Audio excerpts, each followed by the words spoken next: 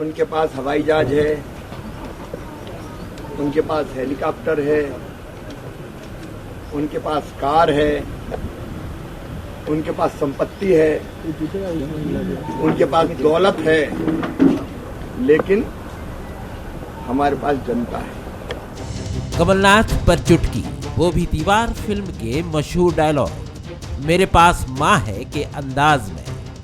जी हाँ, सीएम शिवराज फिल्मी लहजे में कमलनाथ को घेर रहे हैं। शिवराज कभी उम्र का जिक्र कर कमलनाथ को निशाने पर ले रहे हैं, तो कभी सवाल पूछकर उन पर सीधा हमला बोल रहे हैं।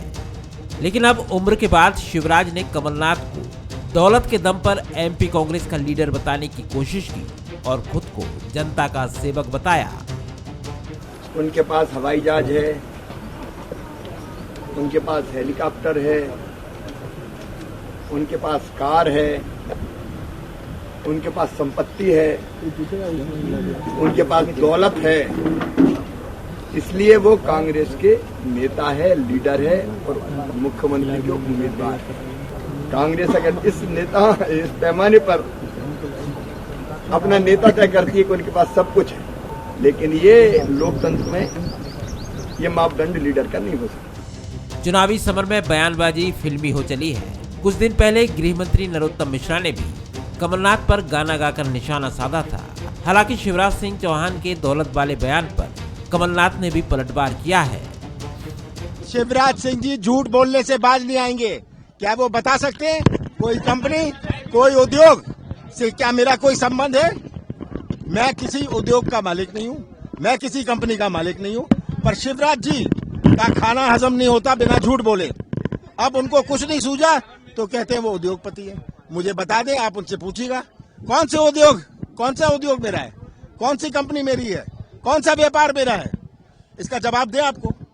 राजनीतिक विश्लेषकों का मानना है कि उम्र, दौलत और जनता, इस तरह की बयानबाजी के पीछे बीजेपी की कोशिश एक नैरेटिव सेट करने की हो सकती है और चुनाव से पहले अगर नैरेटिव सेट कर दिया गया तो यकीनन इससे बीजेपी को ही फायदा मिलेगा। शायद यही वजह है कि बीजेपी रणनीति के तहत कमलनाथ को घेर रही है।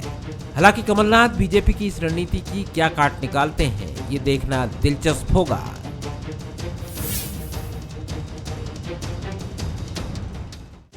सवाल 1, क्या बीजेपी की कोशिश कांग्रेस के खिलाफ कोई नैरेटिव सेट करने की है? सवाल नंबर 2, उम्र के बाद कमलनाथ की दौलत का जिक्र किसी खास प्लानिंग का हिस्सा है? सवाल नंबर 3, क्या चुनाव से पहले जनता के बीच छवि गढ़ने की भी कोशिश की जा रही है? नमस्कार, मैं हूं मनोज सैनी और आज का हमारा मुद्दा है मेरे पास जनता है। ठीक उसी स्टाइल में जैसा दीवार फिल्म में देखा गया था, जब अमिताभ बच्चन शशि कपूर से कहते हैं आपके पास क्या, तो कहते हैं मेरे पास मां। लेकिन बात धन दौलत की चल पड़ी। 2023 के विधानसभा चुनाव को कुछ ही महीने रह गए। ऐसे में बीजेपी कमलनाथ को ही टारगेट पर लिए हुए है। शिवराज सिंह ने तंज कसते हुए कहा है कि कमलनाथ के पास दौलत है, इसके वे कांग्रेस के नेता है, जिस पर कमलनाथ ने भी जवाब दिया है। कुल मिलाकर उम्र के बाद अब प्रदेश में सियासत दौलत बनाम जनता पार्टी की। लेकिन 2018 भी आप याद कर लीजिएगा, जब कमलनाथ को जिम्मेदारी सौंपी गई थी पीसीसी चीफ की, तो बात यही चली थी कि एक वो है जो उद्योगपति है, दूसरी तरफ किसान नेता है। तो क्या फिर वही नैरेटिव लोगों के मन में बिठाने की तैयारी है भारतीय जनता पार्टी की? और आज इस बयान को देखकर तो यही लगता। मेरे साथ 3 मेहमान जोड़ रहे हैं। डॉक्टर दुर्गेश केशवानी जी हैं, भारतीय जनता पार्टी के प्रवक्ता। दुर्गेश जी, आपका बहुत स्वागत है। स्वदेश शर्मा जी हैं, कांग्रेस के प्रवक्ता, आपका भी बहुत स्वागत है। तीसरे मेहमान जब मेरे से जुड़ेंगे तो मैं आपसे उनका परिचय कराऊंगा। सबसे पहले दुर्गेश जी, क्यों कमलनाथ जी के पीछे बार बार पड़े रहते हैं? वो तो उन्होंने कह दिया कि आप लोग झूठ बोल रहे हैं, मेरे पास कुछ भी नहीं है, मेरे नाम कोई संपत्ति नहीं। अब वो संपत्ति किसके नाम, वो तो वही जाने।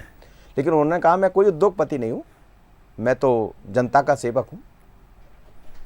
देखिए, जनता के सेवक होते तो उमंग श्रृंगार को निकल कर आना नहीं पड़ता और बात नहीं करनी पड़ती। यह तो ग्वालियर में जो विवेक तनखा जी ने बयान दिया, वो इसी आधार पे बयान दिया उन्होंने कि कमलनाथ जी के पास संपत्ति है, सब चीज़ें हैं, उनके पास हेलीकॉप्टर है, उनके पास प्लेन है, कार है, उनके पास उद्योग हैं, तो निश्चित ही वो एक सीएम के योग्य उम्मीदवार हैं। और कांग्रेस में अगर ये पैमाना होता है योग्य उम्मीदवार का, तो निश्चित रूप से इस लोकतंत्र में जो पैमाना है वो जनता का होती है, जनता ही जनार्दन होती है। इसलिए हम जनता के साथ 24/7 365 दिन 5 साल हम जनता के साथ खड़े रहते हैं। और माननीय मुख्यमंत्री जी तो अपनी बातों में भी हमेशा इस बात का जिक्र करते हैं कि मध्य प्रदेश मेरा मंदिर है, जनता इसकी भगवान है, पुजारी है तो शिवराज सिंह चौहान है। निश्चित रूप से हमारे पास जनता है, हमारे पास जनता की ताकत है। उस जनता जिसको माननीय मुख्यमंत्री जी भगवान की तरह पूजते हैं, उनके लिए वो जन कल्याण की अनेक योजनाएं लेके आए हैं और हमारा देवतुल्य कार्यकर्ता। जनता 2018 में आपके साथ ना रह के उद्योगपति के साथ चली गई। देखिए उस समय भी वोट परसेंट हमारे पास ज़्यादा था मनोज जी, और कुछ जो लोकतंत्र में मुंडियों की गिनती होती है उसमें हम कहीं कमज़ोर थे। बाकी जनता ने तो उस समय भी हमारा पूरा साथ दिया और आज भी निश्चित रूप से जनता हमको सराह रही है। हम 28 उपचुनाव में गए, जनता ने हमें आशीर्वाद दिया। हम 4 उपचुनाव में गए, जनता ने हमें आशीर्वाद दिया।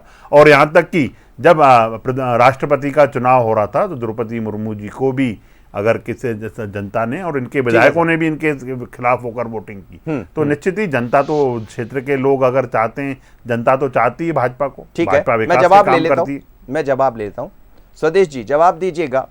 मेरे साथ न्यूज हेड शरद द्विवेदी जी भी जुड़ गए। सर आपका भी बहुत स्वागत है। स्वदेश शर्मा जी जवाब दीजिएगा। वो कहते हैं मेरे पास जनता है। ये तो सच है कि शिवराज जी की पहचान एक जन नेता के रूप में होती है और तमाम तरह की जो योजनाएं हैं, हाल ही में लाडली बहना जैसी योजना है, वो भी जनता को सीधे जोड़ने का काम करती है। अब जनता वर्सेस 2018 मुझे याद आता है जब भी यही कहा गया था उद्योगपति वर्सेस किसान नेता, और एक बार फिर वही तैयारी है, लेकिन इस बार जरा हमला बड़ा है। देखिए सैनी साहब, जिस तरह से माननीय शिवराज सिंह जी की खींच है वो चेहरे पर स्पष्ट दिखाई दे रही है। अगर ना होती ये खींच तो आप देखिए 1 महीने में 2 बार प्रधानमंत्री जी के दौरे कार्यक्रम, एक हो गया, दूसरा होने वाला है, और ये सब हर एंगल पे, हर स्थिति में और हर क्षेत्र में ये कमज़ोर नज़र आ रहे हैं। अगर ये कमज़ोर ना होते तो हमारे पास एक भी नगर निगम नहीं था, और हमारे पास 4-5 नगर निगम आ गए तो कैसे आ गए? जनता हमारे साथ है तभी तो आ गए। अब ये खींच उनकी कहती है, लेकिन खींच पर ये ध्यान देना चाहिए कि इनका 5 स्टार के नुमा भारतीय जनता पार्टी का ऑफिस यहाँ था, उसको तोड़वा के अब और जाने 7 स्टार बनवाने जा रहे हैं, तो संपन्नता किसके पास रही? 200 करोड़ की लागत का कार्यालय बनवा रहे हैं शिवराज सिंह जी चौहान। ये पैसा कहाँ से आया? क्या शिवराज सिंह जी किसान पुत्र हैं? अपने फूलों की जो संपत्ति है या फूलों के व्यापार से जो पैसा आया, क्या उससे बनवा रहे हैं? भारतीय जनता पार्टी, धनाढ़ लोग इसमें जुड़े हुए हैं, अडानी अंबानी जैसे लोगों के आका इनके पैसा लगा हुआ है। मैं कुल मिला करके भारतीय जनता पार्टी अपने गिरेबान में झांकने की कोशिश करे तो ठीक होगा। ये उनकी खींच दिखाई देती है, और खींच के अलावा कुछ भी नहीं है। जनता की बात करें तो मंडलम सेक्टर से लेकर के ब्लॉक स्तर और जिला स्तर पर कांग्रेस जबरदस्त सक्रिय है, और इस सक्रियता की वजह से इनमें खींच पैदा हुई है। और शिवराज महाराज द्वारा तीनों गुट परेशान है, हलाकान है, और 7-7 लोग तो कपड़ा सिलवाए बैठे मुख्यमंत्री बनने के लिए। परिस्थितियां ये है कि भाजपा में बंटवारा हो चुका है। क्या उन्होंने कहा ना बहुत पैसा है, 7 लोगों ने कपड़े सिलवा लिए हो क्या आप बीजेपी की बात कर रहे हैं? जी सुदेश शर्मा जी, कपड़े सिलवाने की जो बात कर रहे हैं तो उनके पास ज्यादा पैसा नहीं है, वही तो कह रहे हैं। भारतीय जनता, अरे शपथ दिलाने के लिए कपड़े सिलवाए बैठे 7-7 लोग, मैं नाम गिना दूं। मैं एक प्रतिक्रिया शरद जी से ले। शरद जी, आपको याद होगा दीवार का वो डायलॉग, कई बार आप भी उसका जिक्र करते हैं, लेकिन आज फिर वही डायलॉग सामने आ रहा है। मेरे पास मैं हमेशा कहता हूं मनोज कि हम एंकर बड़ी नौटंकी वाले होते हैं। जी जी, आमतौर पे राजनेताओं के साथ ही नौटंकी शब्द लगता है, क्षमा सहित, लेकिन अब हम लोग भी उसी श्रेणी में, उसी प्रजाति में शामिल हो गए हैं। खैर, वो एक विनोदात्मक बात हुई, क्योंकि मुझे अक्सर लगता है कि टीवी की बहसें बड़ी गंभीर हो जाती हैं कई बार, और विषय भी, राजनीति के मुद्दे भी लगभग हर दिन एक ही जैसे हो जाते हैं। बिल्कुल ठीक है जी। महत्वपूर्ण बात यह है कि मुझे लगता है कि अभी भी मध्य प्रदेश का चुनाव पूरी तरह से मुद्दों पर आधारित चुनाव नहीं हुआ है। अभी भी राजनेता थोड़ा सा, जिसको आप कहते हैं ना, वार्म अप एक्सरसाइजेज में लगे हुए हैं, अपने को लंबी दूरी के लिए, यानी चुनाव रूपी लंबी दूरी की मैराथन यात्रा के लिए तैयार कर रहे हैं। और तैयार करने के दौरान, जैसा आप और हम होली के पहले थोड़ी बहुत विनोदात्मक छीटाकशी करते हैं, कुछ उस तरह की छीटाकशी और उस समय का, उसी दौर का ये मुझे अभी आरोप प्रत्यारोप दिख रहे हैं कि आपके पास क्या है, मेरे पास गाड़ी है, बंगला है, आपके पास क्या है। तो ये जो इस तरह की बातचीत हो रही है, इस बातचीत में अभी मुद्दे जो हैं उनका आना शेष है। लाडली बहना के ज़रिए बीजेपी ने एक अपना कमिटमेंट दिखाने की ताकत से कोशिश की है कि हम एक ऐसी योजना लेकर आ रहे हैं जो आधी आबादी के जीवन को बदलने वाली है। और कमलनाथ जी भी, जैसा उनकी आदत है कि वो होमवर्क में बड़े मजबूत राजनेता हैं जी। आमतौर पर मैंने लंबे समय बाद आज उनकी थोड़ी ऐसी प्रतिक्रिया देखी जिसमें कुछ आक्रोश का तत्व मैंने देखा, नहीं तो आमतौर पर वो एक मुस्कुराहट के साथ कहते हैं अच्छा ऐसा बोला है, ठीक है, उनको बोलने दीजिए, हम अपने काम में लगें, और वो अपनी गाड़ी का दरवाज़ा बंद करते हैं और निकल जाते हैं। लेकिन आज उन्होंने रुककर, शायद वो भी थोड़ा सा आज लाइटर वेन इस तरह के मूड में वो थे। लेकिन अभी ये चुनाव नए मुद्दों पर, नए नैरेटिव में, जिसको हम अंग्रेजी में कहते हैं नया क्या है आपके पास, what is new in your pocket, आपके पास नया क्या है, नया कहने के लिए क्या है। जैसा कांग्रेस ने 2018 में किसान कर्ज माफी का मुद्दा उछालकर एक नया माहौल बनाया था, और बीजेपी ने चुनाव के पहले, इस चुनाव की मैं बात कर रहा हूं, इस चुनाव में 2023 के चुनाव में लाडली बहना के जरिए एक नैरेटिव सेट करने की कोशिश की है। तो ऐसे और मुद्दों की आवश्यकता होगी दोनों ही पार्टियों को, लेकिन अभी उसका इंतजार है। बिल्कुल दुर्गेश जी, यही नया क्या है आपके पास? देखिए, ये तो पुराना मुद्दा है, पहले भी आप लोग ने कहा था कि वो उद्योगपति है, उद्योगपति वर्सेस किसान, शुरुआत में मैंने यही कहा। फिर नया क्या है? नया लाडली बहना है आपके पास, जैसा शरद जी जिक्र कर रहे थे, लेकिन और बहुत कुछ नया लाना पड़ेगा। देखिए, ये तो सब सुन चुके हैं लोग कि वो उद्योगपति है, उसके बाद वो चुनाव भी जीत गए, बाकी जो स्थितियां बनी फिर उसमें बहुत सारी बातें आ जाएंगी, लेकिन नया कुछ करना पड़ेगा। देखिए मनोज जी, नित्य नए दिन हम लोग नया प्रयास करते हैं।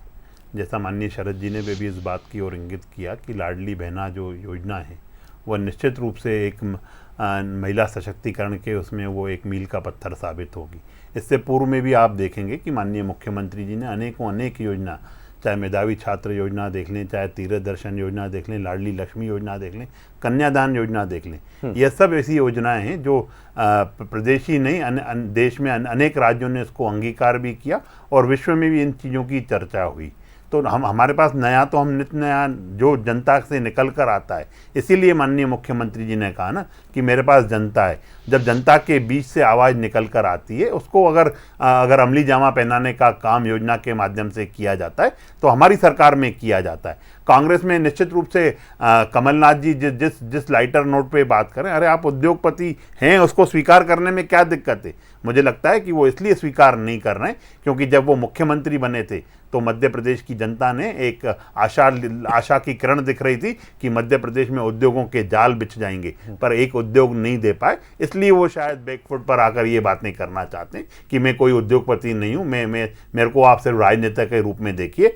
तो कमलनाथ जी, अगर हम आपको राजनेता के रूप में देखते हैं तो भी आप विफल राजनेता के रूप में सामने दिखते हैं। 15 महीने तक आप 15 महीने में ही सरकार नहीं चला पाए, तो कहीं ना कहीं, और हमारे कांग्रेस के प्रवक्ता साथी जो अभी हाथ उठाकर भी बात बोल रहे हैं, ये एक खींच का बात बोल रहे थे कि खींच आई है। खींच किसकी है? वो कहते हैं आप खींच कहीं नहीं है। लगातार कमलनाथ जी ने भी आज ये कहा कि आप लोग खींच रहे हैं। नहीं, खींचने वाली तो कहीं कोई बात ही नहीं है। सरकार में हम क्यों खींचेंगे? जो विपक्ष में बैठे हैं वो खींचेंगे। हम तो जनता की सेवा सतत रूप से करते हुए आ रहे हैं, आगे भी करने का हमारा जो संकल्प है। और अच्छा, हम क्या कर सकते हैं? जो शरद जी ने कहा कि तरकश में क्या तीर है, तो निश्चित रूप से लाडली बहना एक ऐसा वो है कि आने वाले समय में वो मील का पत्थर साबित होगी। स्वदेश शर्मा जी, नया आपके पास भी क्या? और दूसरी बात यह है कि जब 2018 में आप आए तो आप बहुत कुछ नया लेकर आए। आपने कहा किसान की कर्ज माफी करेंगे या बाकी बिजली का बिल माफ करेंगे, वो किया भी आपने। लेकिन किसान कर्ज माफी जैसे मुद्दे हैं वो आज भी गूंजते हैं और बार बार ये एहसास कराते कि नया आप कुछ नहीं कर पाए थे, और शायद इसीलिए शिवराज जी के निशाने पर आप लोग आ जाते। तो नया क्या है? बिल्कुल, बहुत अच्छा सवाल किया सैनी साहब आपने। निश्चित रूप से कांग्रेस ने वो काम करके दिखाया था, 100 रुपये में 100 यूनिट बिजली देने का काम किया, जिससे लाखों लोग लाभान्वित हुए, डायरेक्ट लाभान्वित हुए। माननीय कमलनाथ जी ने एक काम सबसे बड़ा ये किया, जिस दिन शपथ लेने के पहले माँ से प्रा में आचमन के लिए जल नहीं था, सबसे पहले जल छुड़वाया। वहाँ की जो कॉरिडोर की जो निर्माण की व्यवस्था है, इसका एक कार्य योजना तैयार की। रामपथ गवन की जो बात करते रहे हमेशा, 2010 में मात्र 10 रुपये दिए थे इन्होंने बजट में, माननीय शिवराज सिंह जी चौहान ने। लेकिन माननीय कमलनाथ जी ने इसको अमली जामा पहनाने के लिए एक कार्य योजना तैयार की। इन्होंने 1000 गौशालाएं बनाने का काम किया। कुल मिलाकर के जो धार्मिक उन्माद फैलाने के लिए और धर्म का नाम लेकर के जो राजनीति करते हैं भारतीय जनता पार्टी के लोग, उनको करारा जवाब माननीय कमलनाथ जी ने दिया है, क्योंकि हम धर्म की राजनीति नहीं करते। धर्म हमारे लिए निजी विषय हो सकता है। माननीय कमलनाथ जी ने 108 आप धर्म की यात्रा निकालने वाले, आप कह रहे धर्म की राजनीति। सुन तो लीजिए आप पूरी बात। हम सब धर्मों का आदर करते हैं। जाना चाह रहा हूँ, धर्म की तरफ जाना नहीं चाह रहा हूँ, हम सभी धर्मों का ये आदर झूठ करते बोलने का हैं, काम सम्मान कर रहे करते हैं। देखिए हम 2016 रोजा अवतार में भी अगर जाते हैं, महाकाल लोक की बात हम हनुमान करेंगे, चालीसा भी महाकाल कराते लोक हैं, की अगर हम बात गणेश करेंगे जी तो की माननीय स्थापना भी मोदी जी कराते की हैं। परिकल्पना लगातार को- हम सारे कार्यक्रम करते परिकल्पना को हैं, क्योंकि हम एक मूर्त रूप सर्वधर्म देने समभाव का काम नाम ही मुख्यमंत्री कांग्रेस जी है। ने किया। तो जी, ये अपने चलिए। अपने उसमें खातों में श्रेय लेने की होड़ में ये लगे रहते हैं, पर इन्होंने कुछ नहीं किया। जो इनका आईना है वो उमंग श्रृंगार है। उन्होंने आके स्पष्ट कह दिया था कि मध्य प्रदेश में कांग्रेस की सरकार लूटने आई है। शरद जी, मैं आपसे समझना चाहूंगा, ये जो मुद्दे आते हैं जिसका आप भी जिक्र कर रहे थे, ये कोई मुद्दा का तो है नहीं। सवाल ये भी है कि पिछली बार जब 2018 का मैंने वही सतीश जी से कहा था, लेकिन आपसे समझना चाहूंगा, उद्योगपति वर्सेस किसान नेता, क्या फिर उसी तरफ जाने की तैयारी है भारतीय जनता पार्टी की? देखिए, छवि की लड़ाई हमेशा चुनाव में होती है और यही वजह है कि दोनों ही पार्टियां और दोनों ही पार्टियों के टॉप लीडर्स यानी शिवराज जी की छवि को लेकर कांग्रेस हमले तेज़ करेगी आने वाले समय में, और बीजेपी की तरफ से खुद शिवराज जी जिस तरह से कमलनाथ जी को लेकर हमलावर हैं और उनकी कॉरपोरेट इमेज को लेकर, क्योंकि ये आरोप बीजेपी का नहीं है, विद इन दी कांग्रेस भी ये बात उठी है कि समय कम देते हैं, मुलाकात नहीं हो पाती, एक कॉरपोरेट कल्चर की बात उभरती है। उसमें कोई हानि इसलिए नहीं है कि कमलनाथ जी की अपनी एक शैली है, लेकिन राजनीति में जिस तरह का परिवेश होता है, कमलनाथ जी उस परिवेश से अलग ढले हुए राजनेता हैं। वो ये नहीं मानते हैं कि हर व्यक्ति से हाथ मिलाइए, उसके गले में बाहें डालकर खड़े रहिए, फोटो खिंचाते रहिए, लेकिन राजनीति का स्वरूप यही है और राजनीति में ये शैली ही कार्यकर्ता को भाती है और तमाम उन नेताओं को भाती है जो आसपास होते हैं। तो बीजेपी ये जानती है कि इस शैली को लेकर जब वो आरोप लगाएगी, इस छवि को लेकर आरोप लगाएगी, तो कांग्रेस असहज होगी। कमलनाथ जी पर जब ये बात होगी तो उनकी पार्टी से भी छिटपुट स्वर आ सकते हैं। तो इसलिए अब छवि की लड़ाई तेज़ होगी।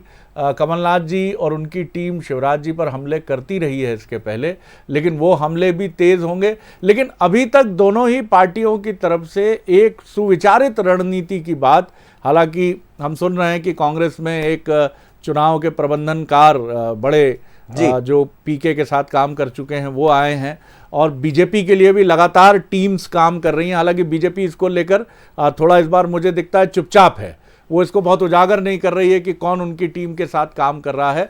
और बीजेपी इस बार मुझे लगता है मनोज बहुत अंदर अंदर बहुत सतर्क है, क्योंकि उस पर हमले न सिर्फ कांग्रेस की तरफ से हो रहे हैं, बल्कि खुद बीजेपी ये नहीं चाहती है कि कहीं उसकी जो चुनौतियां हैं वो उसको 2018 की तरफ पीछे धकेलें। शरद जी, ये बीच में दिग्विजय सिंह जी को भी जो आए हैं, जिसका आपने जिक्र किया कि कमलनाथ जी की इमेज जो है वो जनता के बीच की नहीं है और कई बार ये सवाल पार्टी के भीतर से भी उठते, तो क्या दिग्विजय सिंह का बीच में आना भी उसी का हिस्सा माना जाए? दिग्विजय सिंह की 2018 में भी भूमिका मान मनौवल करके रूठे हुओं को मनाने की थी। इस बार भी उनकी छवि जो है वो रूठे हुओं को मनाने की है, क्योंकि पिछली बार भी पार्टी ने उनकी रैलियां या उनकी जनसभाएं करने से परहेज किया था। चुनिंदा जगहों पर हुई भी थी उनकी रैलियां, लेकिन वो खुद दिग्विजय सिंह नहीं चाहते कि उनका फेस बनाकर प्रस्तुत किया जाए, क्योंकि वो एक ऐसे राजनेता हैं मनोज, जहाँ पर हम सब जानते हैं, जो बिना लाग लपेट के कई बार ऐसी बातें कह जाते हैं जो उनकी अपनी पार्टी को भी मुश्किल में डाल देती हैं और वो अपने कहे हुए से पीछे हटते नहीं हैं।